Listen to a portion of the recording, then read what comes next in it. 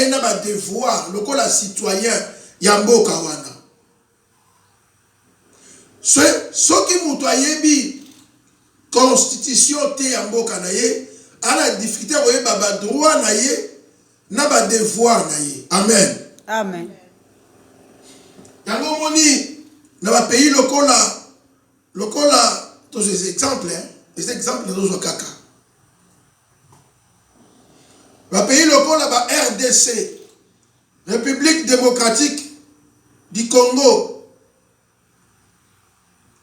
Bien aimé, Congolais,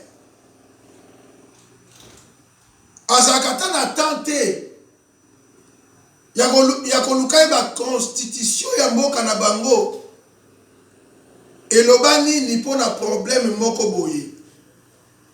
Or na Google, gouvernement congolais atia constitution ya Congo en ligne. Amen. Amen. Pour Congolais nyonso yeba ba droit na ye lokola citoyen congolais, ba devoir na ye pona mboka lokola citoyen congolais. So mutu ayebi yango constitution, bien aimé, aza na droit ya ko se plaindre, ya ko déclarer ba droit na ye lokola citoyen ya mboka wana. Est-ce que vous comprenez ngai? Éviter ba droit na bango po ba maîtriser la constitution te. Bien aimé, biso ba na Nzambe, notre constitution c'est la parole de Dieu. Amen. Amen. Oh, amen. Amen. Oh, la parole de Dieu, bien aimé, soki mutu ayebi loba na Nzambe, veut dire akoyeba ba droit na ye lokola mwana Nzambe, pe ba devoir na ye lokola mwana Nzambe epa ya Nzambe lokola mokili na ye. Eloko sala pasi, eloko ezo fragiliser l'église, eloko ezo fragiliser christianisme, parce que ba chrétien ba yebi constitution ya mboka te. Loko ba constitution ya mboka te, bien bazo ba pété ba droit na bango na ba devoir na bango. Voilà pourquoi ebele ba leki musika ya ba droit na bango, or bazala ki ba bénéficiaire nango. Amen. Amen. Lokola ba yeba kité, lokola ba négligent maloba na Nzambe, veut dire ba leki musika ya ba droit na bango pona kozanga koyeba maloba na Nzambe. Voilà pourquoi moi na Nzambe ya solo avanda kana maloba na Nzambe. Amen. Amen. Alukaka yeba oyo Nzambe loba pona bomo ina ye. Alukaka yeba ni ekomama ni pour le domaine ya mariage, article nini oyo ezolobe la mariage, pour yeba ba droit na ye na ba devoir na ye sur le mariage. Amen. Amen. Pour la bénédiction financière, moi na Nzambe faut yeba ba droit na ye pour na ba devoir pour la bénédiction ya vie na ye. Bien mais le kola to yebi angote, le kola to yebi angote, mais biso musika, to ekoluka musika, ba ke plus loin, bakanisi que Nzamba salaka te, mais Nzamba salaka ti lelo. Amen. Amen. Non, bakanisi que Nzamba pambolaka te, mais ti lo Nzamba pambolaka. Bakanisi que Nzamba tombolaka te, mais ti lo Nzamba tombolaka. Lokola ba yebi ba droit na bango te na ba devoir na bango, bien aimé, bakanisi que Nzamba sa esute nzoka Nzamba salaka. Oyebi nazo ezaki introduction, mais nazo lingana bakiseloko. Bien aimé, oyebi mutu oyo ayebaka mutu wana abanga eso eloko te. Po ayebi yango moni na mboko na bamboka ne démocratie na ba France boye. Bien aimé na ko banga mutu te. Azala ministre, azala nani, so na yebi ba droit nanga. Lokola mutozo ifana kati ya France, nakoki porter plainte ata aza major ata aza général soki nayebi badroit na nga nakobanga ye te. Amen. Amen. Bien aimé, Satan zoya kotrompe bato ebele kolongola bango na chemin na bango ya bénédiction mpo bayebi constitution ya mboka te mpo bavandi na maloba na nzambe te. Or Satan yebi bavandi na maloba na nzambe te aye koinfluence bango na makambo oyo elongoli bango mosika na présence ya nzambe. Et bamosusu bakemona bamarabu bake plus loin komona bamarabu. Bien aimé, bake plus loin komona bato mokili babosani ke nzambe azali mpe asalaka. Amen. Et pas trop kotanga yokanga bien na bi passage eza na mate ebeye na kati mais tolobela yango ndenge molimo santo azokamba biso. Amen. Amen. Ok, bible biboye ezalaki mokolo moko histoire. Bien aimé, oyebi ekomamaka na vie ya mutu. Amen. Amen. Te ekomamaka mpe etikalaka lisolo na vie ya mutu oyo esalamaka na vie na ye. Yango fuluko mutu olukaka akomaka histoire mpo na vie na ye. Nayebi so tozi comprendre. Yes. Nalobi histoire ekomamaka mpe etikalaka. Il est tango bazobanda un jour batie virgule veut dire bazobeta lisolo. Amen. Amen. Bazobeta lisolo ya makambo ko esalamaka. Makambo histoire ezalaka vrai. Histoire vrai. Car la vie, il faut que dans histoire ya vie. Il faut que maka histoire ya vie na yo. Yene histoire ya malamu ya vie bakomaka ngo na nzambe. Oyebi soki okoki ko rater kokoma histoire ya vie na famille pour famille zaki na possibilité te ya kosala kombo na mokili. Bien na yebi yo okoki kokoma histoire ya vie na nzambe. Na kase pour comprendre. Yes. Kala ba généo bakoma histoire ya vie. Bien aimé, bazalaka na ba famille pauvre, famille ezanga kombo, famille ezanga titre, mais ba histoire ekomama po bakomaka ngo na nzambe.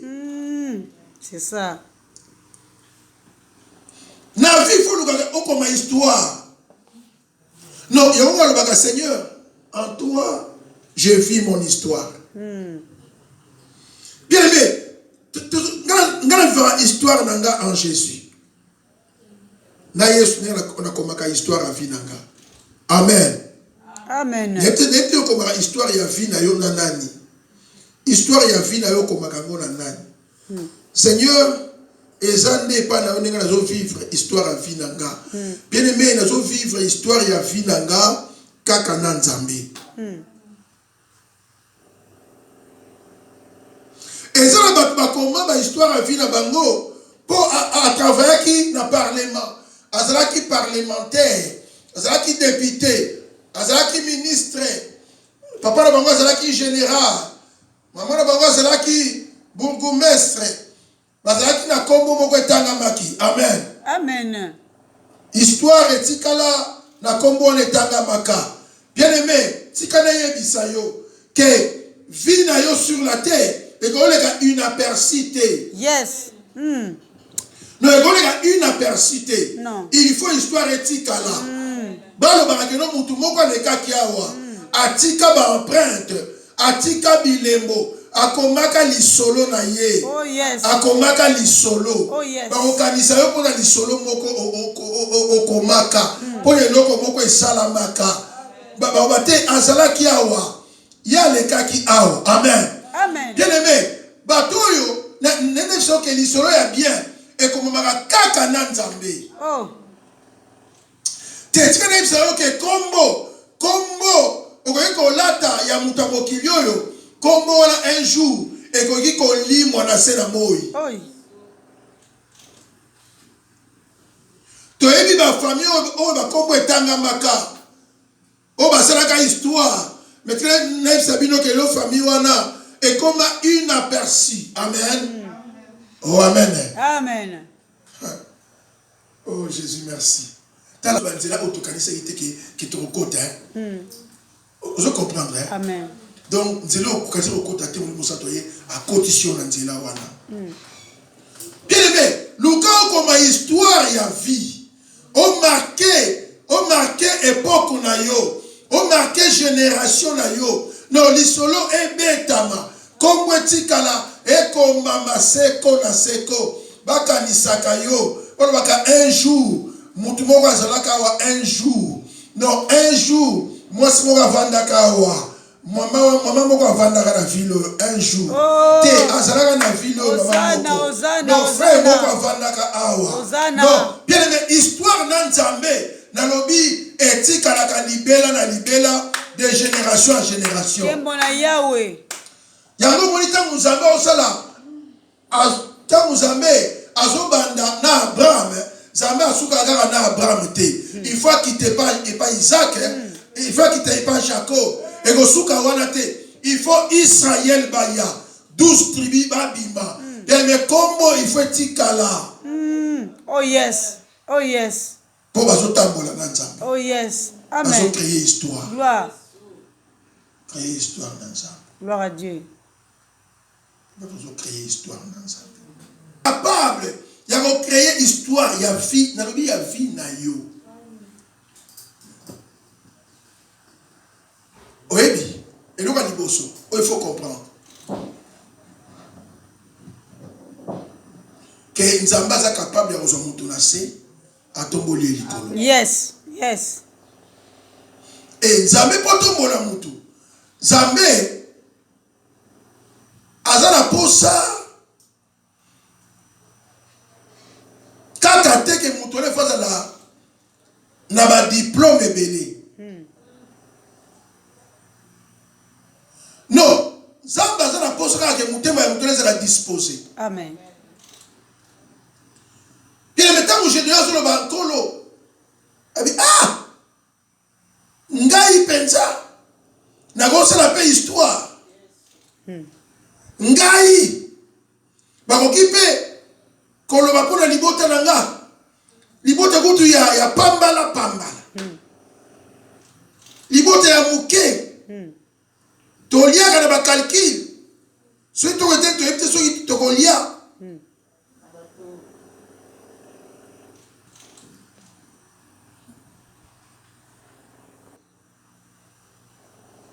Amen. Amen. Zabalobi Gédéon ezayo.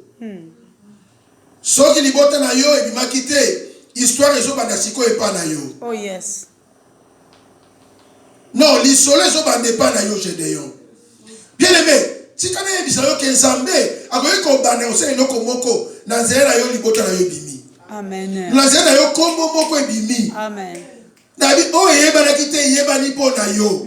Yango moni David ayebanaka te. Même libota na yebana te. Po Saul a opté lobi moi no asa moi na nani. Non, libota na bango eza libota nini. Po mabota yebanaka. Amen. Amen. Baba yeke muto akoki ko oser. Il faut de la temps soit la famille, il y a général. Papa les gens qui soda. Non, muto akoki ko oser. Tant que ça muto yo baza bien la vie. Non, muto akoki ko oser venir famille mo yebana. Mais dans la place David azobima.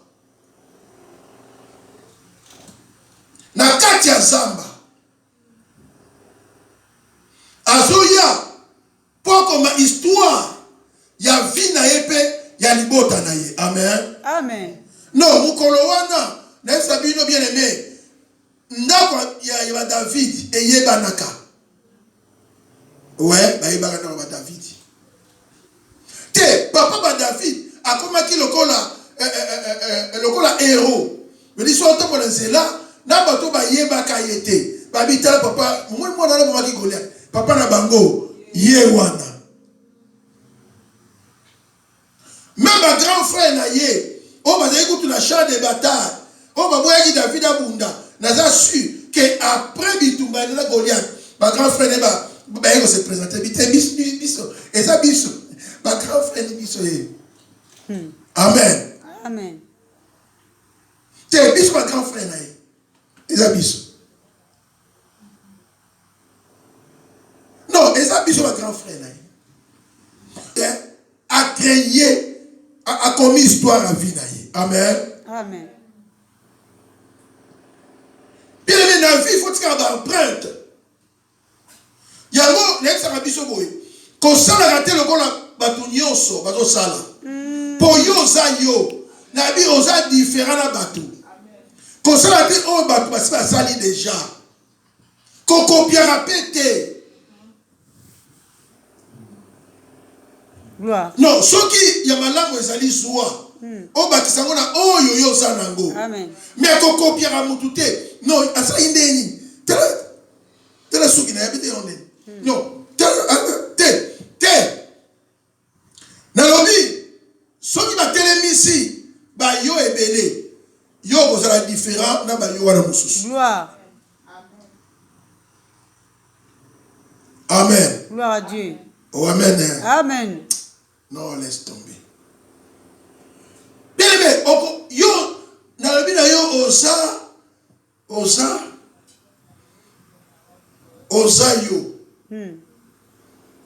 oza yo, okoki ko créer histoire à vie na yo.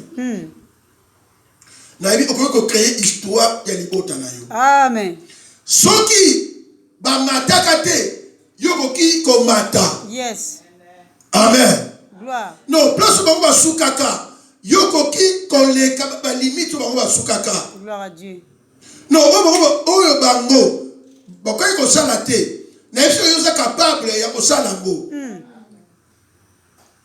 Non, on va dire non, moni biso ba parents, ba bataka mingi te, moni bo biso, bien mais surtout na poto. Oh, zamba pesi biso, asunzamba. Oyo mboka epesi biso opportunité ya voyer ko la nyonso. Mais tu peux tout faire. Amen. Amen. Okosa la nyonso na mboka. Na yo. Batu bakoyepe kolanda yo. Kolanda oyo Nzambe asalaki na yo. Amen. Amen. Oh amen. Oh yes.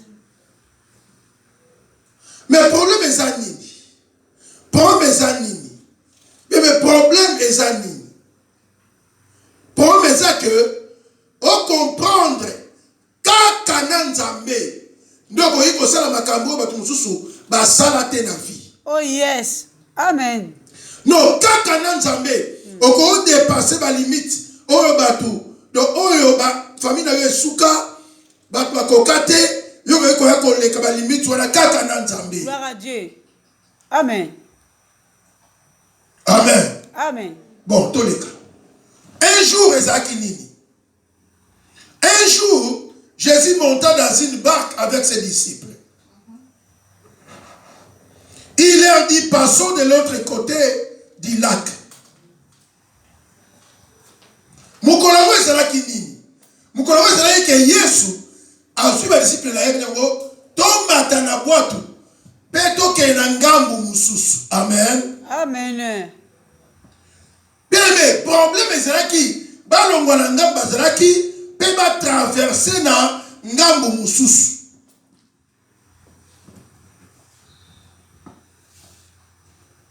Voilà. Traverser, élargir vision. Amen. Amen. Oh, amen. Amen. Non, traverser de l'autre bord veut dire élargir la vision.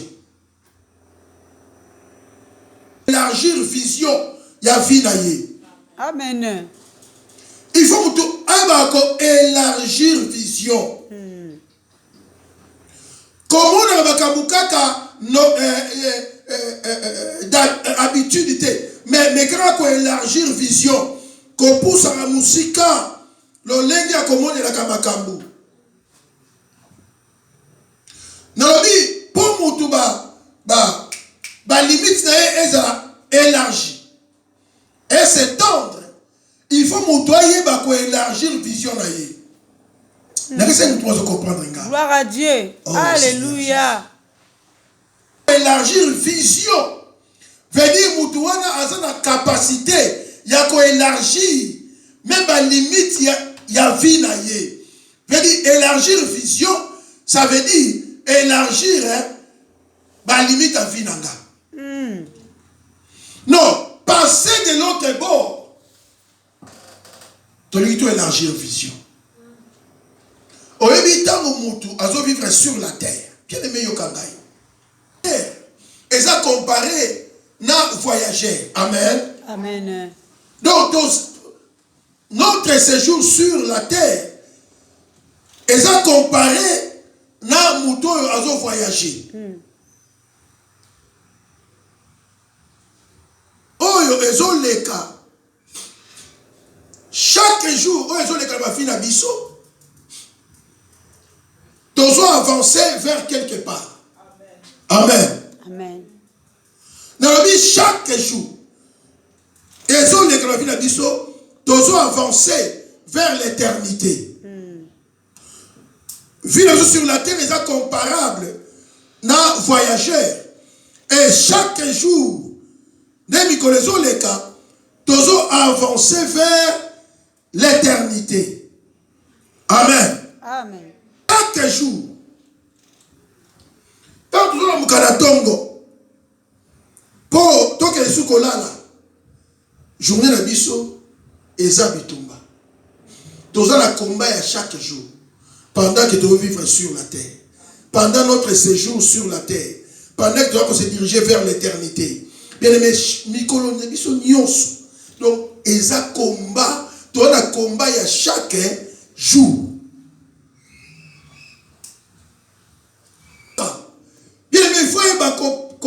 Il faut proclamer des choses. Amen. Amen. Oh, il y a l'ingi à vivre. Comment on a proclamé victoire? À terre, ceux qui n'ont au moins une victoire à côté. Yes. Hosanna. Yon dit que la victoire est certaine. Hosanna. Pour la Jésus. Bien, mais donc élargir vision na yo. Veut dire ceux qui osent élargir vision, osent comme ça munene makambo a vie na yo, veut dire yo vie na yo peso fongwama. Amen. N'était ce na lo bango bien. Amen. Comment on a dit la batu bazo mona, mais yo mona ka munene lobby. Gloire. Amen. Amen. C'est ça.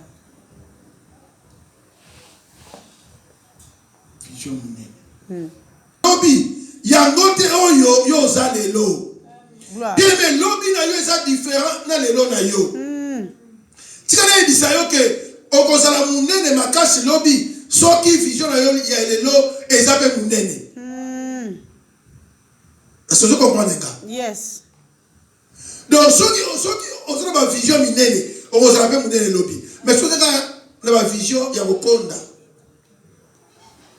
Mais tika na yebisa yo ke okotika la komona munene te na vie na yo. Amen. Amen. Non, monaka grandeur. Na émission qui est passée de l'autre bord, bien aimé, ezako élargir vision. Parce que kolongwa awa, pour la katsakuna, veut dire, na yeko mona bakamusu, oh, na mona te na vie. Hein? Oh, amen. Amen. Franchement, vous avez ça pour ça dans la catamate. On a dit à 7e étage. Vision les arandais, monter dans moto, à la première ou bien deuxième étage. Amen. Amen. Mais les motos, à la 7e étage. Horizon, là, ça élargi, ça, qu'on fout. Mais il y a ce qu'on a macamboyo, moto, à la première étage, à ce qu'on a été. Amen. Amen. Oh, yes. Donc voilà, Zamba Lingini, tout passer de l'autre bord, veut dire, tout élargir vision à biso. Oh yes. Mona ke, oyo batu basala kaya minene, yope oyo kosala ngo, plus que bango kutukoleka. Amen. Bien monaka ke yope ko nationalité française. Et ça possible. Amen. Amen. Te monake yope okotambola na mutuka oya muneno batunanu batamboli na ngote. Bien aimé, kosala makambo oyo kosala ngote tango zalaki nanu na se komona makambo différent. Pour avancer la vie, il faut oser de faire ce que tu n'arrives pas à faire. Yes. Donc makambo ko tout monde est impossible ngana salango. Ceux qui osent ko salango veut dire on avancer. Amen. Amen. Amen. Non, tu vas pas dans côté ya te. Ceux qui osent au côté ya au changer niveau. Gloire.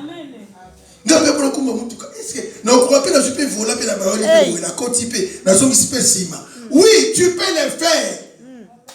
Ni changement de position. Non, to longwa awa, to kenangambu mususu. Oyebi mutoyo a changé la position bien aimé. A mon makamboyo, makambu différent n'andeze comme on avant. Est-ce que vous comprenez? Amen. Mouton a changé de position. À mon avis, différent des comme on avant. Il y a un caca. A changé de position. Il y a un peu différent. Nabino. Amen. Amen. Oui, c'est là qu'il y a ceux qui ont tout passé. Qui ont bien malaria. Aucun la pharmacie. Pour son bakini no mela.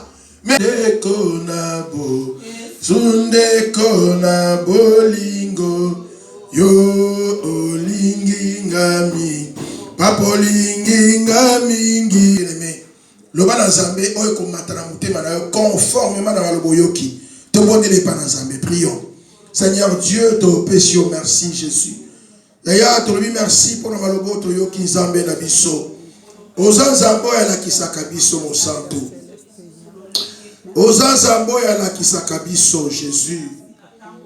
Oza Nzambe ya lobela kabiso mo santo alola.